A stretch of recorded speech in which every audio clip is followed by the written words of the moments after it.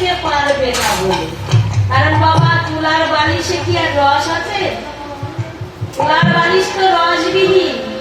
রাধা গোবিন্দ আমার রসময় মূরতি, সেখানে কি তুলার বালিশের স্থান পায় বাবা? সেখানে যেখানে রসময় মূরতি আমার রাধা গোবিন্দ, সেখানে রসের প্রয়োজন। তুলার বালিশ মনে মনে ভাবলেন রাধা শ্যাম আমার রসের মূরতি, আর আমি হলাম তুলার বালিশ, আমার এখানে প্রয়োজন। তাই তুলার বালিশ আপনা হতে সরে গেছে বাবা। তাই রাধারানী আমার নাগরের বাহুটিকে স্বীকার করেছে। হরে কৃষ্ণ, নাগরের বাহু অর্থাৎ গোবিন্দের বাহুটাকে স্বীকার করে ঘুমিয়ে আছে। তাই কি অপূর্ব শোভা! বলি তরিত জড়িত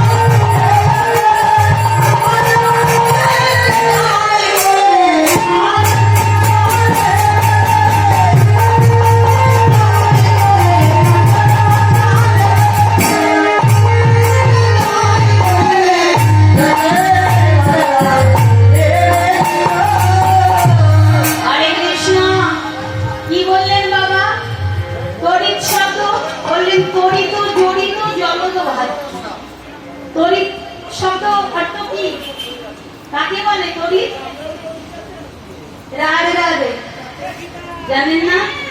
একটু আগে বলেছিলাম, গৌরচন্ডিকায় বলেছিলাম না, মেঘের অভিযোগে কি বা ছাড়িয়া যতনে কত সুধা দিয়া বিধি করলো নিরমানে। তড়িৎ শব্দ মেঘ, তড়িত জড়িত জলত বহাতি, অর্থাৎ মেঘ ও বিদ্যুৎ। রাধা শ্যাম দুজনে এমন ভাবে জড়িয়ে জড়িয়ে ঘুমিয়ে আছে। হ্যাঁ, তাই সখীরা ওই লীলা দর্শন করছে, রাধা শ্যামের সায়ন লীলা দর্শন করে বলছে তড়িত জড়িত জলত ভাতি, তুহে সুখে সুখী রহল মাতি। যিনি ভাদর পরম আদর, পরম আদর সাজে।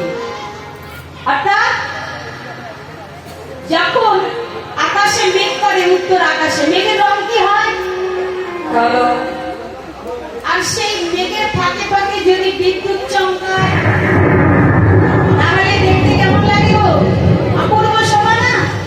তাই রাধা শ্যাম ঘুমিয়ে আছি, অপূর্ব শোভা বিস্তার করছে কুঞ্জের মধ্যে। মেঘ বিদ্যুৎ একত্রিত হয়ে গেছে বাবা। শুধু তাই নয়, জলত ভাতি, মনে হচ্ছে এক্ষুনি বরিশন হবে, তবে বরিশন হয়নি, মনে হচ্ছে হবে। জলত ভাতি, তুহে সুখে সুখী রহল মাতি। দুজনা সুখেই ঘুমিয়ে আছে। হরে কৃষ্ণ, বাংলা না হলে কি হবে? দুজনা একে অপরকে জড়িয়ে ধরে ঘুমিয়ে আছে। বরিশন হবে, তবে বরিশন হয়নি বাবা। রসের বাদলা নেমেছে, রাধা শ্যাম যে রসময় মূরতি, তাই বলে রসের বাদলা নেমেছে। তা বাদলা নেমেছে বটে,